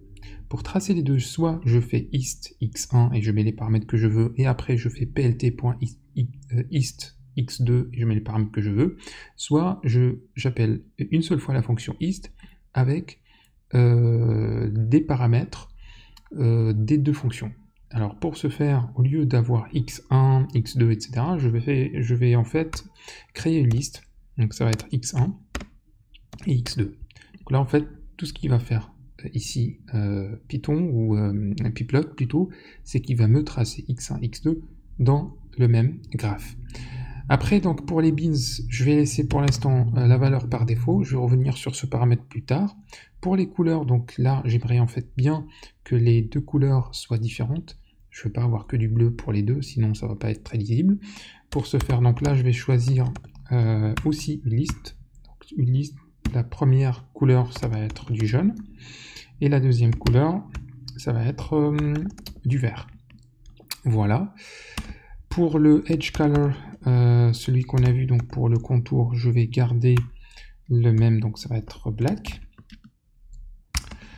Là, je vais juste mettre virgule, pardon. Voilà.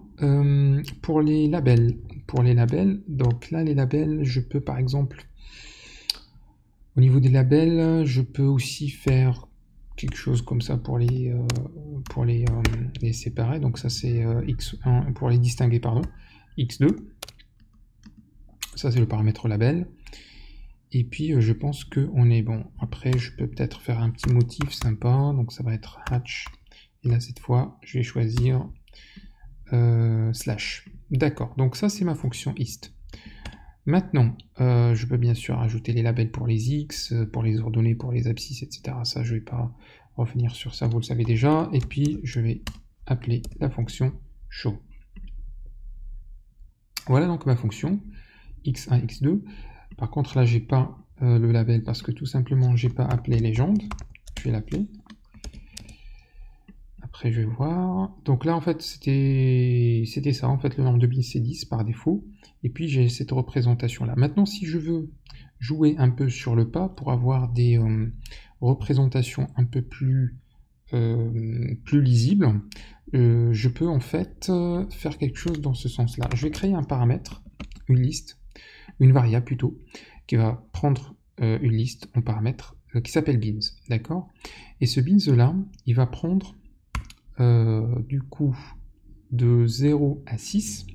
Donc là je vais prendre en fait, il va prendre, je vais aller voir ce que ça va donner. Donc là le pas ça va être 0,5 et le x for x in, il va prendre une valeur de 0 à 5. Ça veut dire quoi là? Ça veut dire qu'en fait, si j'exécute ça, vous allez voir ce que c'est comme résultat que je vais avoir. Alors, tac.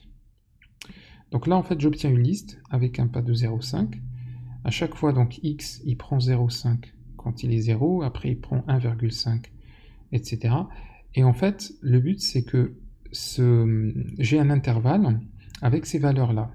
D'accord? Et c'est cet intervalle-là que je vais en fait appliquer au niveau de la fonction hist. Donc pour faire ceci, c'est simple. Je rajoute après le premier paramètre beans égale beans. D'accord? Donc cette valeur-là. Et maintenant, je vais tracer ma fonction. Et du coup, voilà. Donc là, j'ai effectivement un intervalle qui s'étend sur de 0,5 à 1,5 et puis ainsi de suite. Donc c'est plus lisible en fait en termes de tracé. Voilà en gros ce qu'on peut faire par rapport à une représentation de deux fonctions. Après bien sûr, il y a quelque chose ici que j'aimerais juste noter. Il y a une représentation aussi qu'on peut avoir en superposé. C'est-à-dire que là par exemple, si je prends ici l'exemple de 1 par exemple. Donc 1 pour x1, donc là sa fréquence c'est 1, et pour x2, sa fréquence est 3. Maintenant je veux superposer en fait, une représentation superposée. Pour une représentation superposée, donc là il faut mettre, je veux en fait par exemple mettre x2 sur x1, voilà, du coup en fait la fréquence ça va être 4, la fréquence totale ça va être 4 des deux listes, mais après je vais garder bien sûr cette nuance entre les deux grâce aux couleurs. Pour faire ça, il y a un paramètre sur lequel en fait je peux jouer, c'est isType. Alors isType en fait, par défaut c'est bar. Donc par défaut c'est cette représentation qu'on a. Mais s'il prend la valeur bar staked, donc bar staked, s'il prend cette valeur là, vous allez voir en fait j'obtiens une représentation en superposé. Voilà. Donc ça, c'est toujours sympa en fait de savoir qu'il y a toujours un moyen d'obtenir ce qu'on veut à travers cette liste de paramètres. On ne peut pas parler d'histogramme sans parler de loi normale. C'est cette courbe-là que vous voyez, c'est une courbe en cloche. C'est vraiment une courbe que vous allez voir dans vos études, que ce soit dans les statistiques, que ce soit dans le data science. En fait, c'est une représentation, ce que vous voyez ici, c'est une représentation de la loi normale, qui est aussi appelée distribution gaussienne standard. Elle a une moyenne nulle et un écart type qui est égal à 1. Donc c'est une courbe qui est en cloche. On l'appelle ça aussi. On l'appelle comme ça. Elle a une formule très sophistiquée, une formule mathématique, mais je vais pas, en fait, c'est pas le but de ce cours-là, donc je vais pas vous la montrer. Mais ce qu'il faut juste savoir, c'est que le module NumPy, qu'on utilise depuis maintenant dans plusieurs programmes, nous donne des outils pour tracer sa courbe grâce à une fonction qu'on va voir dans quelques secondes. La loi normale, elle est remarquable par le fait qu'elle décrit une grande partie de phénomènes naturels, que ce soit dans la science, physique, sociale, médecine, agriculture, ce que vous voulez. Elle peut être utilisée dans un grand nombre de situations, c'est ce qui la rend si utile. Lorsqu'un phénomène est influencé par de nombreux facteurs, dont aucun n'est prépondérant, on va dire, les résultats des mesures de ce phénomène obéissent à cette loi, à la loi normale. Donc, à cette théorie, je vous mets en lien, en fait, ce cours-là, qui est assez intéressant sur Khan Academy. Elle vous permet, en fait, de comprendre un peu mieux ce que c'est une loi normale. Ce qui m'intéresse ici, c'est de vous montrer comment on peut la tracer sur Python. Voilà. Donc, on va aller maintenant sur notre programme et on va commencer de coder. Pour tracer la représentation graphique de la distribution gaussienne standard, donc c'est avec une moyenne 0 et un écart type de 1, j'aurai besoin en fait, comme je viens de le dire, d'une fonction qui est sous le module NumPy. D'abord, il faut que je représente ça en termes de histogramme, et donc là, il me faut une liste de valeurs. Cette liste-là, donc je garde toujours le nom de variable x, et je vais appeler le module NumPy, que je vais donc utiliser, dans lequel je vais utiliser random, donc c'est vraiment le sous-module qui va me servir en fait d'appeler cette fonction qui s'appelle randn. Attention, il ne faut pas confondre randn avec rand, c'est pas la même chose, je vais vous montrer pourquoi. Donc randn, c'est une fonction qui va me retourner, comme c'est écrit ici dans la définition, un échantillon de valeurs à partir de cette distribution normale, ou distribution standard, gaussienne. Donc là, en fait, j'ai besoin de 1000 valeurs. Donc là, je spécifie combien j'en ai besoin, d'accord? Donc ça va être des valeurs qui sont aléatoires. Et puis tout simplement, je vais dire à Pyplot de me tracer ça, donc hist sous forme d'histogramme, ça va être x. Pour le nombre d'intervalles, je garde celui qui par défaut qui est 10, et puis plt show. Voilà, donc là je vais tracer ma fonction, et comme vous voyez en fait, là on voit bien que ça s'appelle la distribution normale, elle est de moyenne 0, et on voit bien en fait qu'elle a une forme plus ou moins de cloche, effectivement. Donc ça c'est une représentation de cette fonction sous forme d'histogramme qui vous montre un peu comment on peut la réaliser à travers Python. Un autre exemple que vous allez voir en fait, il suit un peu cette loi normale. C'est un exemple qui est classique, c'est quand on lance 2 dés au hasard et qu'on fait leur somme et qu'on répète ça 1000 fois par exemple. Donc on peut tracer l'histogramme des résultats, de ces résultats-là. Donc on lance les 2 dés, on fait la somme, et puis ainsi de suite, et on veut en fait représenter ça sous forme d'histogramme. 1000 fois, d'accord? Donc on va voir ça, comment on peut faire, comment on peut le réaliser. Alors je mets juste les 3 lignes de code en commentaire. Donc ma liste que je veux représenter, je vais l'appeler liste tout simplement. Donc elle va prendre, qu'est-ce que je viens de dire? Une somme, d'accord? Une somme de valeurs. La première valeur, ça va être la valeur obtenue par le premier dé, et la deuxième valeur va être du coup le deuxième dé, le résultat du deuxième dé. Après, je dois faire la somme. Donc, pour faire ça, je vais utiliser en fait en fait là, je vais utiliser ce qu'on a déjà vu, c'est comprehension list. Donc, j'ouvre le crochet.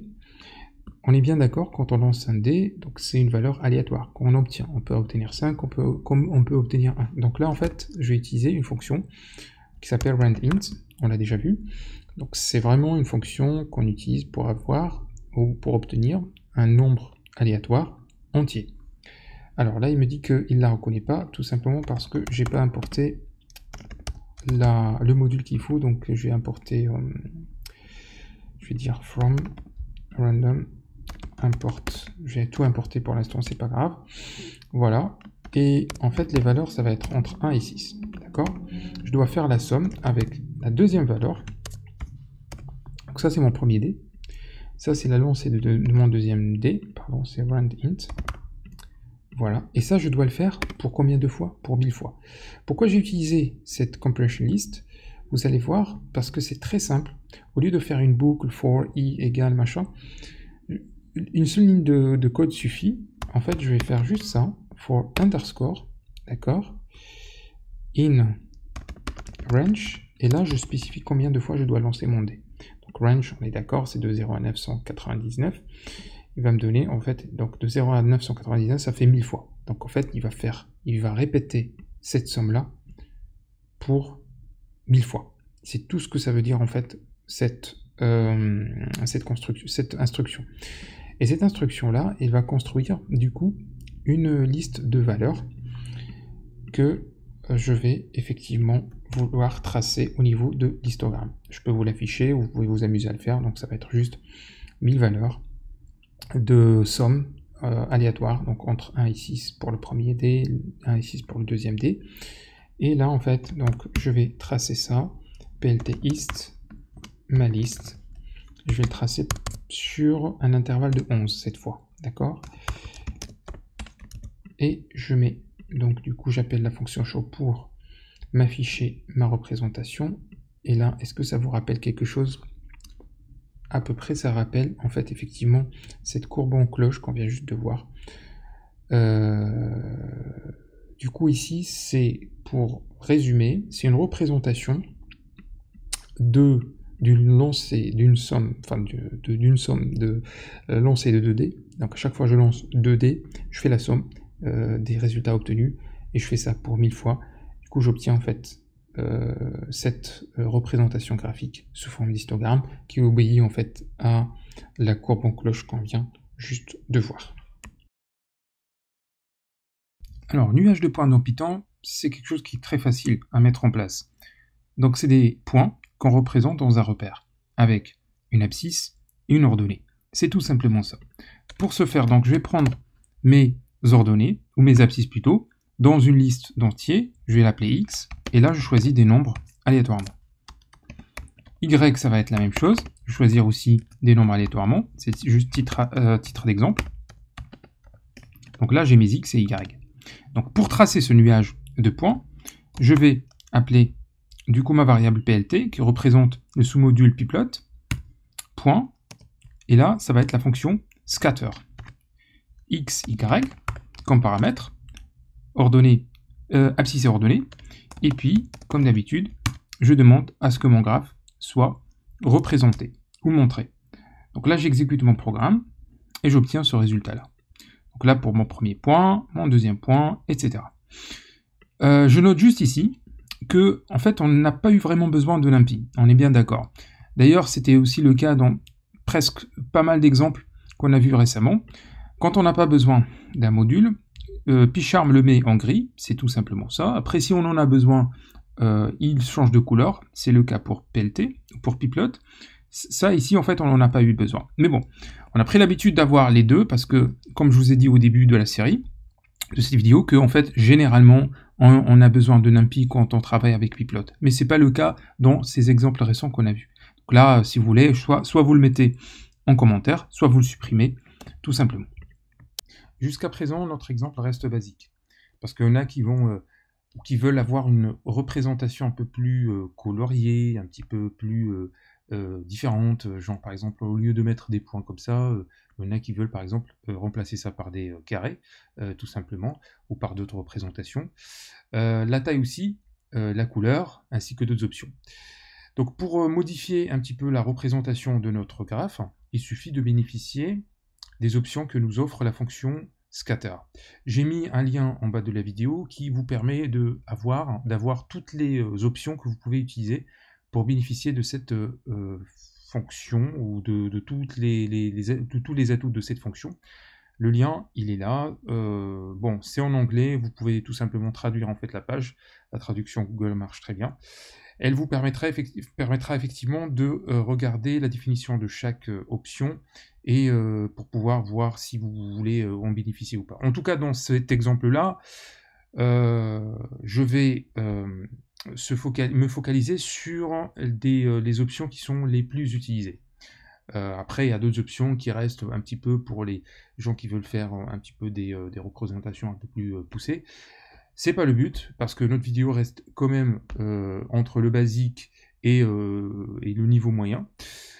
C'est pour cela que j'aimerais un petit peu explorer ces 2-3 options avec vous pour voir comment on peut modifier cette représentation. Donc, imaginons par exemple, je veux choisir la couleur. La couleur, par exemple, je veux modifier la couleur au lieu d'avoir le bleu. Je veux par exemple avoir du jaune. Donc c'est très simple. Il suffit d'aller sur du coup cette fonction ici, donc x, y, ça on l'a déjà présenté, c'est nos deux listes qui vont être présentées au niveau du graphe.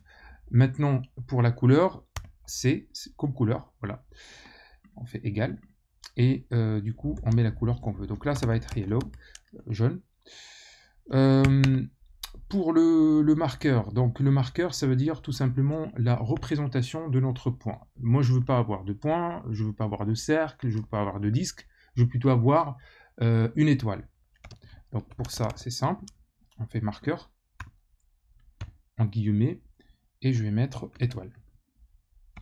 Tout simplement.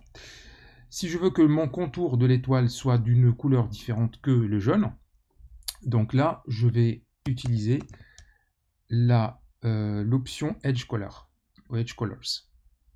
Et là, par exemple, je vais mettre carré. Bon, ça va être moche, mais c'est pas grave. Voilà, donc tout simplement, là, je demande à Scatter de me tracer de considérer les deux listes pour me tracer un nuage de points avec une représentation en étoile. La couleur de l'étoile serait jaune et le contour sera du coup vert. J'exécute pour voir qu'est-ce que ça donne. Voilà, ça donne quelque chose comme ça. Bon, la taille, elle n'est pas elle est quand même très petite. Alors, pour jouer sur la taille, là, je vais utiliser l'option S. Donc, S pour dire size. et je choisis un nombre, donc ça va être de type float. Pour l'instant, je vais choisir 130. Juste un point ici, il y en a qui confondent en fait la taille avec la taille en pixels. Pour eux, en fait, c'est une taille en pixels, c'est loin de là, c'est pas vraiment le cas. La réponse, vous pouvez la trouver sur Google. La taille S, elle représente tout simplement la taille du marqueur à la puissance 2.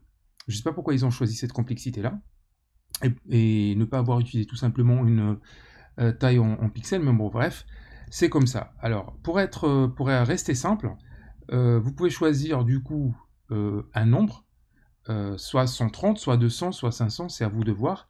Regardez la représentation. Si la représentation, voilà, c'est la taille dans le schéma vous convient, tant mieux. Sinon, vous pouvez toujours effectivement jouer sur le nombre pour voir la taille qui va vous convenir. Donc là, je vais exécuter.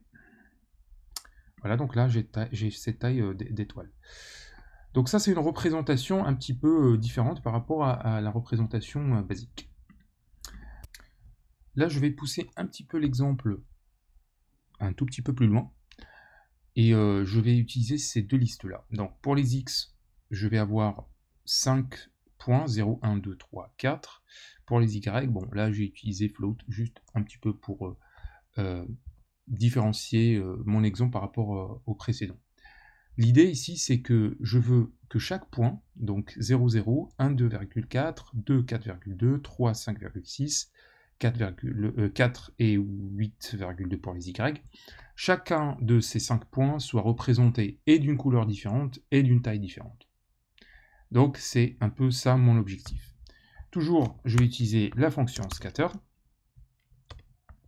Alors, du coup, ça ne change rien, x, y, pour dire que je veux représenter mes points au niveau du repère. Maintenant, pour ce que je disais, chaque point doit avoir une couleur. Je vais utiliser toujours le même paramètre, C. Par contre, ici, au lieu que de prendre une seule valeur, par exemple red, il va prendre une liste de valeurs. Et ces listes-là, je vais les mettre dans un array.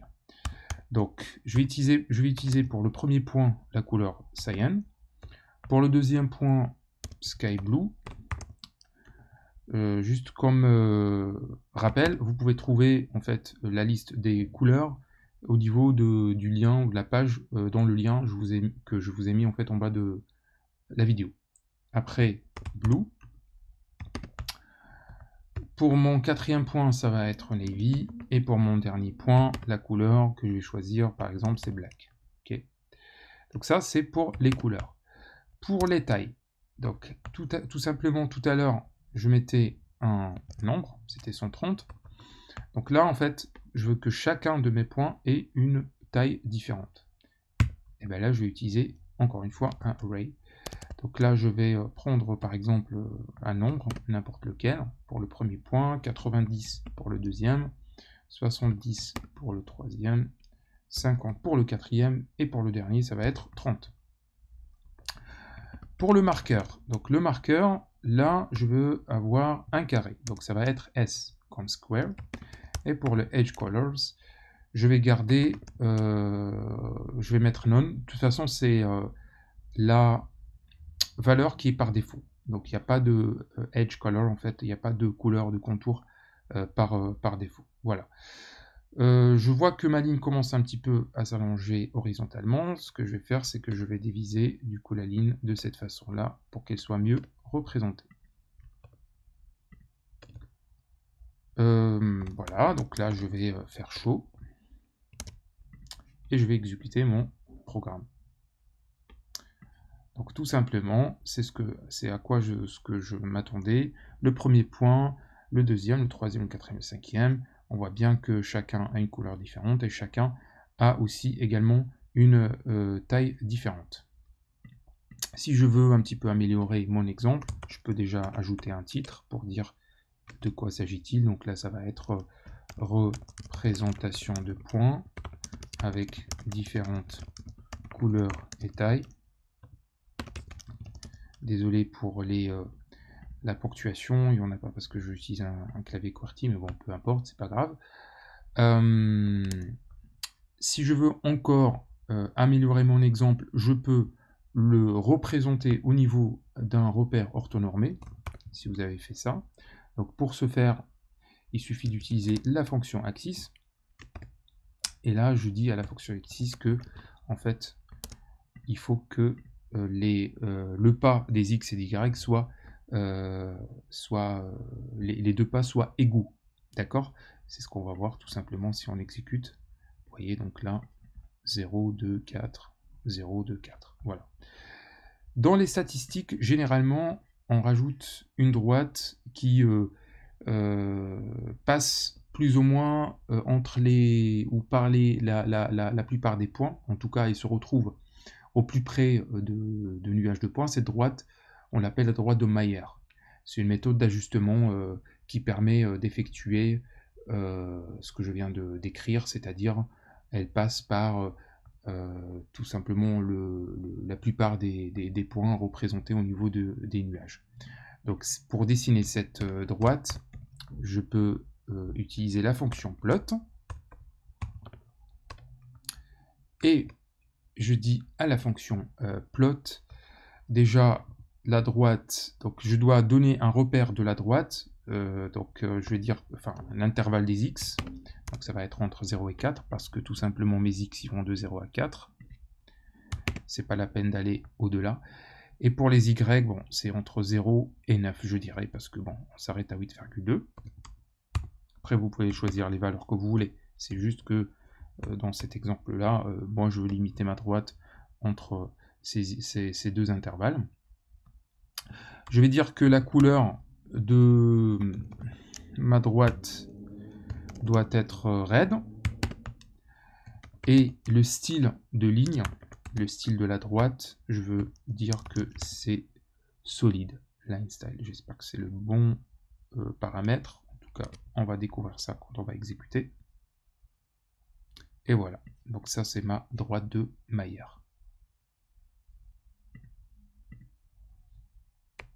Voici un exercice intéressant que l'on va faire ensemble et qui nous permettra de s'assurer que les concepts de nuages de points ont été bien assimilés. Ce type de graphe que vous voyez sur l'image est parmi les plus classiques. Il s'agit de distinguer des points en leur attribuant des couleurs différentes selon s'ils respectaient une certaine condition ou pas. La condition ici, c'est y inférieur strictement à x à la puissance 2. En d'autres termes, si la valeur de l'abscisse du point au carré, donc cette valeur à la puissance 2, est strictement supérieure à la valeur de son ordonnée, on va dans ce cas colorier le point en rouge, sinon sa couleur va être en bleu. Je vais choisir ici un intervalle d'abscisse et ordonnée entre 0 et 1. Comme vous voyez effectivement sur le graphe, le total des points va être 5000, c'est une valeur que j'ai choisie, et les valeurs des coordonnées, donc abscisse et ordonnée, va être aléatoire. On va donc utiliser également d'autres concepts comme random, éventuellement une fonction, des boucles, etc. Des concepts qu'on a déjà vus dans les vidéos précédentes. C'est un exercice intéressant, alors je vais vous demander de bien vous concentrer sur la solution que je vous propose afin d'arriver au résultat attendu. Alors concrètement, sur un repère de x pour les abscisses, y pour les ordonnées, un intervalle entre 0 et 1, on va dessiner 5000 points. Chaque point aurait soit une couleur rouge, soit une couleur bleue. Cela dépendrait de la condition que je disais tout à l'heure. Donc si je prends le point P, il a x comme abscisse et y comme ordonnée. Donc la condition c'est y inférieur à x à la puissance 2 pour qu'il soit rouge. Si ce n'est pas le cas, il va être bleu. On aura 5000 points. Mais on va commencer notre programme par quelque chose de simple avant de généraliser ça pour les 5000 points. Donc, en gros, je vais prendre 2 points, un exemple juste de 2 points, pour vous dire un petit peu comment on va construire notre programme. Pour les abscisses, on va choisir des valeurs aléatoires, 1, 2 par exemple. Et pour les ordonnées, je vais choisir 4 et 3. Plutôt 4 et 1, on va dire. Voilà. Ouais. Donc, en gros, on a 2 points. le premier point, il a comme abscisse 1 et comme ordonnée 4. Le deuxième point, il a comme abscisse 2 et comme ordonnée 1. On est bien d'accord. Donc pour afficher ou placer ces points au niveau du repère, on a besoin de la fonction scatter. Là, je vais juste importer le module. Donc c'était matplotlib pyplot asplt.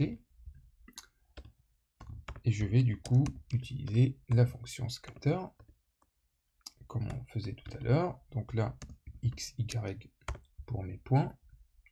Je vais choisir une petite taille de 1 pour décider les points. Et puis la couleur. Donc la couleur, pour le premier point, on va faire cette condition que j'ai mentionnée tout à l'heure, qui est de valider si y est inférieur strictement à x à la puissance 2. On va la valider manuellement.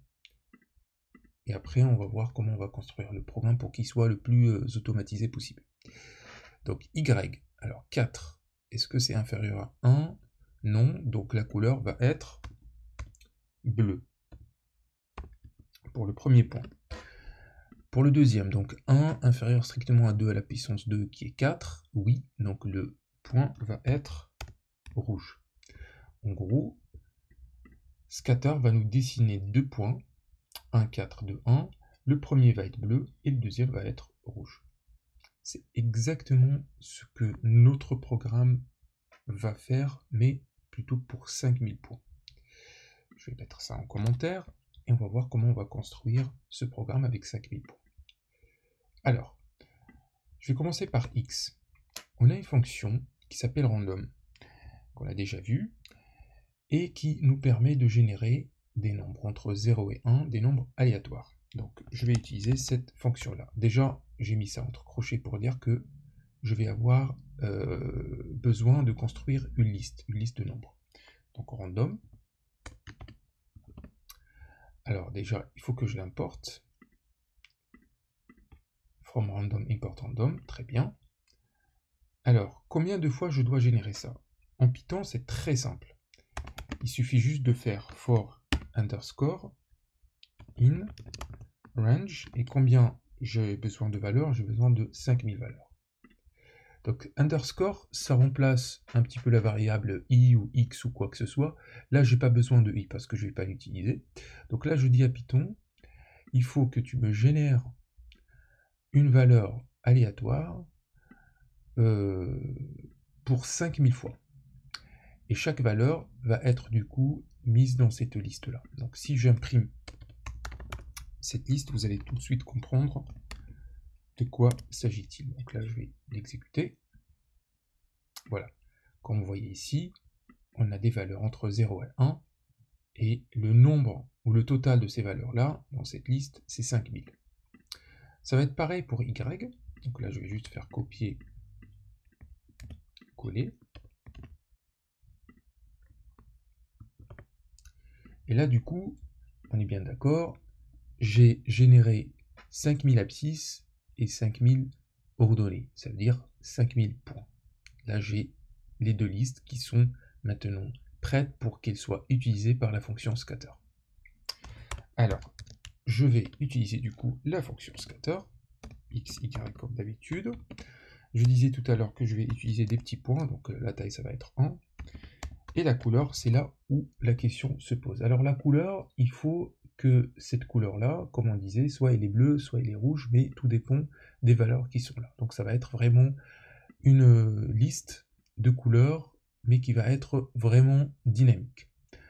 Alors, quand on dit dynamique, on pense un petit peu à ce qu'on a vu précédemment, les fonctions. Donc là, je vais définir une fonction qui va me générer cette liste de couleurs. Cette fonction, je vais la nommer donner couleur. Alors, donner couleur de quoi? D'un point, on est d'accord? Donc le point, il est caractérisé par x et par y. Donc, en gros, on va prendre une valeur x, on va prendre la valeur correspondante y, donc l'ordonnée, on va donner ces deux valeurs-là à donner couleur, à cette fonction, et cette fonction va nous retourner la couleur en fonction de la validation de la condition dont on a parlé, qui est y inférieur strictement à x à la puissance 2. Maintenant, on va définir cette fonction-là. Donner couleur. Alors, on a déjà vu ça. Donner couleur. Comment on définit une fonction? X, Y comme paramètre. Alors, qu'est-ce qu'elle fait cette fonction-là? Cette fonction va nous retourner les couleurs de tous les points. Si je reviens juste à l'exemple de tout à l'heure, quand on parlait de 2 points, on voit bien ici que la couleur, c'est une liste ou un array de string. Chaque élément représente du coup le code couleur du point. Donc là, par exemple, si je prends le premier, qui a l'index 0, c'était de couleur B, ça correspond du coup à l'index 0 de X et à l'index 0 de Y. Même chose pour l'index 1, qui est red, rouge, il correspond à l'index 1 de X et l'index 1 de Y. Donc on voit bien que cette fonction-là doit nous construire quelque chose de ce genre-là. Donc ça va être un array, une liste. Mais pour construire du coup cet array-là, elle doit valider cette condition, y inférieur strictement à x à la puissance 2. Pour ce faire, il faut qu'elle parcourt tous les éléments de x et tous les éléments de y pour valider cette condition. Donc pour parcourir, on l'a déjà vu dans les cours précédents, on utilisait la fonction, ou enfin la boucle for. Donc for index, je vais choisir juste une variable i, que je vais appeler i, in, alors elle va parcourir tous les éléments. In quoi? In range de combien? De 5000. On est bien d'accord, donc là il doit parcourir tous les 5000 éléments de cette liste-là, de x et de y. Alors, l'idée d'avoir une fonction, c'est qu'elle soit le plus indépendante possible, parce que après, peut-être que dans un autre exemple, j'aurai 6000 points, ou j'aurai 7000 points. Donc là, il ne faut pas hard-coder trop notre fonction, il faut qu'elle soit le plus indépendant possible, et pour cela, je vais remplacer 5000 par la taille de x. Donc là, en gros, je construis un intervalle de 0 jusqu'à 5000, puisque c'est la taille en fait de x, non inclus. Donc j'aurai des index de 0, 1, 2, 3, de ces valeurs-là, 0, 1, 2, 3, etc., jusqu'à 4999. Alors, maintenant que j'ai ma boucle, qu'est-ce que je dois faire? Je dois valider. Valider quoi? La condition. Donc if y de i, donc si je prends l'exemple de 0, donc ça va être y de 0, inférieur strictement à x de i à la puissance 2, donc fois 2. Si c'est le cas, là, il faut une couleur rouge. Sinon, il faut une couleur bleue. Alors, comme je disais tout à l'heure, cette fonction doit me construire un array, une liste. On est bien d'accord. Donc, cette liste-là, je vais l'appeler couleur. Et je vais lui dire, donc, cette liste, il va rajouter, donc si cette condition elle est validée, pardon, je vais ajouter la couleur rouge. Et pour ajouter, on applique ce qu'on appelle la fonction append. Append, c'est rajouter quelque chose à notre array. Donc là, il faut juste l'initialiser, parce que couleur, là, il ne le reconnaît pas. Je vais l'initialiser en dehors de la boucle, avec une liste vide. D'accord? Donc au début, couleur, il ne contient rien du tout. Et au fur et à mesure qu'on parcourt les deux listes, y et x, et on valide la condition. Si la condition est valide, donc on rajoute r, et on rajoute r du coup exactement au même endroit, donc au même index de x. Et si c'est pas le cas, donc c'est else, donc là la couleur va être bleue. Et au final, donc là il faut retourner du coup cette liste ou cet array qu'on a construit. Voilà. Donc, on a bien ici notre fonction qui nous retourne bien notre array avec toutes les couleurs. Maintenant, qu'est-ce qu'il faut faire? On a bien appelé la fonction scatter avec tous les éléments requis. Il faut simplement juste maintenant la montrer au niveau de l'écran. On va voir qu'est-ce que ça donne si notre code fonctionne.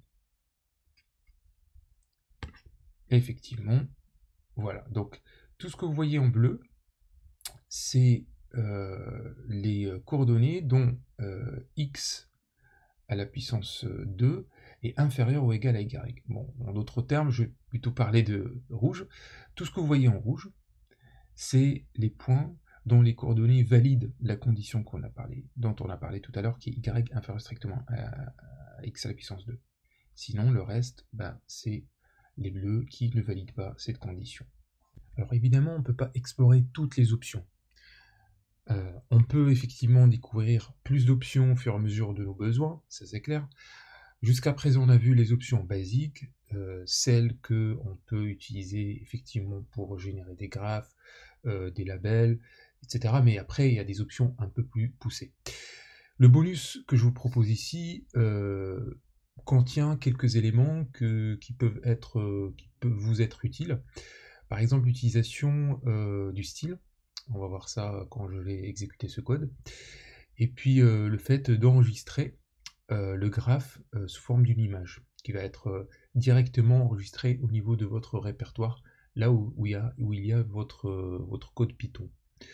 Bon, l'exemple que vous voyez ici, c'est un exemple classique, basique, qui ressemble exactement à l'exemple qu'on a vu par rapport au salaire par région, qu'on a vu précédemment, sauf que là, en fait, on a une liste d'âge, on a des salaires médians de développeurs de Python, de JavaScript, ainsi que les développeurs, les autres développeurs. En gros, en fait, le programme donc dessine ces trois graphes-là, il ajoute des labels, et puis après, ce que je voulais vous montrer ici, c'est effectivement le fait qu'on pourrait faire apparaître une légende grâce à cette fonction-là. Grid, c'est quelque chose qu'on a déjà vu. Save fig, c'est pour dire save figure, donc enregistrer la figure sous forme d'image. Et puis le premier élément avec lequel j'ai commencé le code et j'ai pas mentionné, c'était l'utilisation en fait du style. Donc là, j'ai mis un lien encore une fois en bas de la vidéo pour que vous puissiez trouver tous les styles que vous pouvez en fait utiliser afin de générer vos graphes. Donc là, si j'exécute cet exemple-là, ça donne quelque chose de la sorte. Voilà. Donc là, en fait, vous voyez, le style est un petit peu différent parce que j'ai utilisé ggplot. Voilà. Donc là, on a le salaire médian. Et puis, séparage. Après, on peut utiliser un autre style. Et donc là, on a quelque chose qui ressemble à ça. Bien sûr, comme je vous ai dit, vous pouvez toujours trouver votre graphe sous la forme d'image. Donc l'image avec le nom que vous avez en fait donné ici au niveau du paramètre.